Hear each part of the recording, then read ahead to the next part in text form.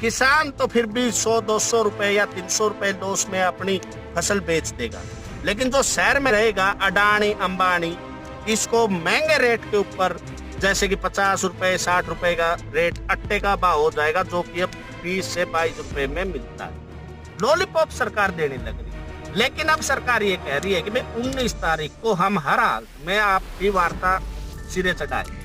वो देखने वाली बात है, लॉलीपॉप देंगे या सिरे चढ़ाएंगे।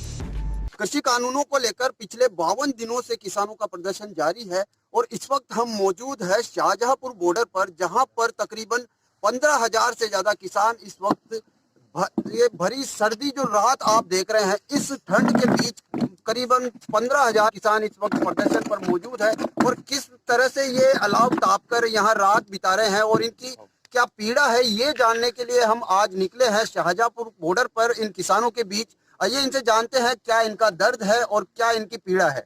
आप बताएं किस तरह से क्या परेशानी है आपको इस कृषि कानून में, तीनों कृषि कानूनों से, और किस तरह से आप यहाँ पर रात बिता रहे हैं।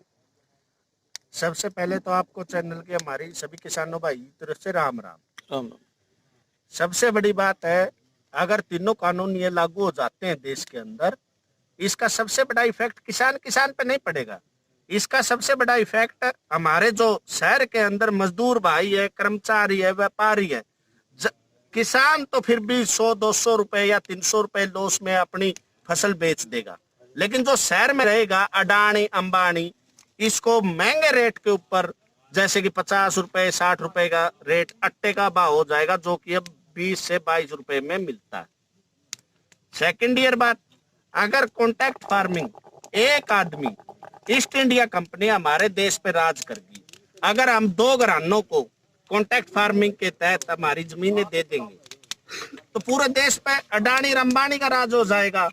ये हमारे प्रधानमंत्री है जो ये सही कह रहे थे, मैं चौकीदार हूं, नहीं खाऊंगा, बिल्कुल बात सही है, ये नहीं खाएगा, लेकिन ये चौकीदार किसका है? अडानी और अंबानी ग्रुप का, और किसी का चौकीदार नहीं है।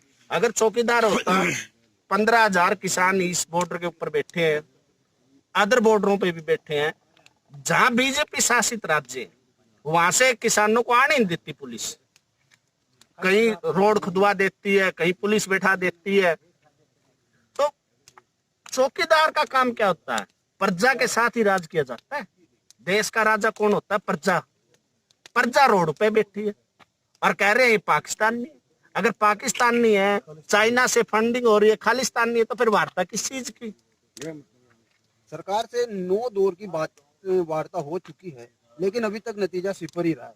अब 19 तारीख को एक बार फिर से 10वें दौर की बातचीत होगी, तो क्या उम्मीद करते हैं आप 10वें दौर की बातचीत में कोई बात बनने की?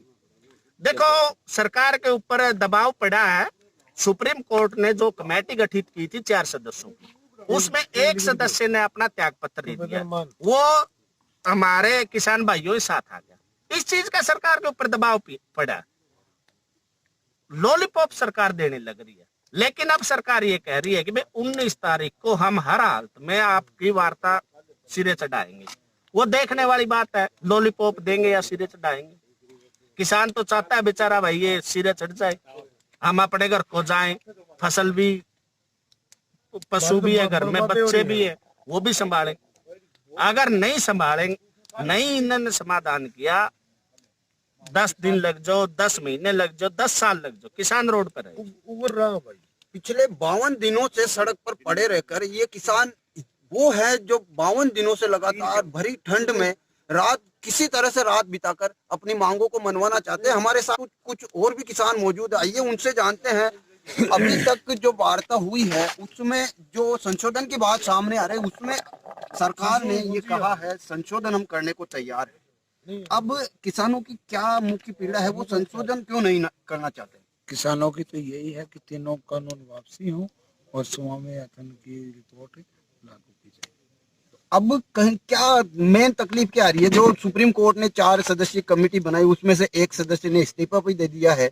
अब किसानों का आरोप यह है कि वो चारों सदस्य जो है वो कृषि कानून का समर्थन कर चुके हैं, तो उसका क्या रास्ता किसानों की तरफ से निकाला जा सकता है? उसका जमीर जीता था, हो सकता है उनका भी, औरों का भी जमीर जीता होगा तो वो भी इस्तीफा देंगे। और ये किसान भाई हैं ये रोड के ऊपर हैं, आप देख चुके हो।